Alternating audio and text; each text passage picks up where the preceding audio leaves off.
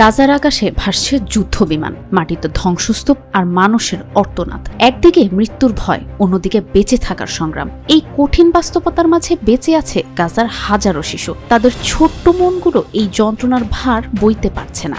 প্রতিনিয়ত তারা মানসিক বিপর্যয়ের সম্মুখীন হচ্ছে। এমনই এক হৃদয় বিদারক গল্প শামার। শামা গাজার ছোট্ট একটি মেয়ে। প্রতিদিনের মতো সেদিনও সে তার পরিবারের সঙ্গে ছিল, কিন্তু সেই দিনটা ছিল অন্য যে কোনো দিনের চেয়ে আলাদা। রাফার ইন্দোনেশিয়ান হাসপাতালে চিকিৎসাধীন অবস্থায় ছিল তার পরিবার। হঠাৎ করেই হাসপাতালটি ইসরায়েলি বাহিনীর বোমা হামলার শিকার হয়। সেই মুহূর্তে পুরো হাসপাতাল জুড়ে ছড়িয়ে পড়ে আতঙ্ক। শামার পরিবার পালিয়ে আশ্রয় নেন খান ইউনিস ক্যাম্পে।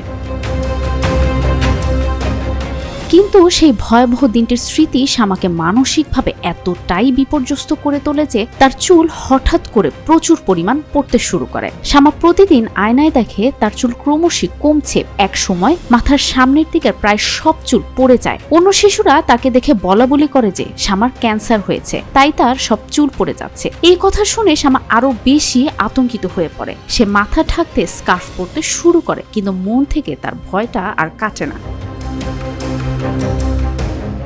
শামার মা প্রথমে বিষয়টিকে গুরুত্ব দেননি, ভেবেছিলেন এটা হয়তো সাময়িক। কিন্তু যখন দেখলেন চুল পড়া থামছেই না, তখন তিনি বুঝলেন শামা মানসিকভাবে ভেঙে পড়েছে। মায়ের ভালোবাসা আর বোনের সঙ্গ শামার সেই ভয়কে দূর করতে পারছে না।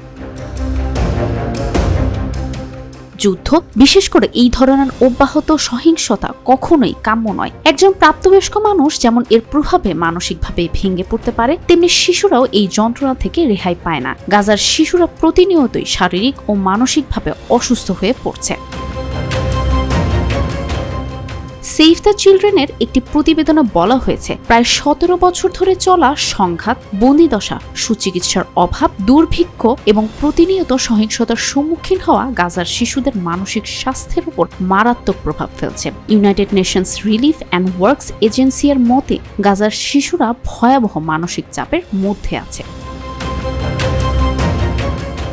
আজকের গাজার শিশুরা বড় হচ্ছে এমন একটি পরিবেশে যেখানে নেই কোনো নিরাপত্তা, নেই শান্তি। তাদের এই কঠিন সময় পার করতে হচ্ছে ক্রমাগত যুদ্ধের মাঝখানে, যেখানে তারা হারাচ্ছে তাদের শৈশব, তাদের ভবিষ্যৎ।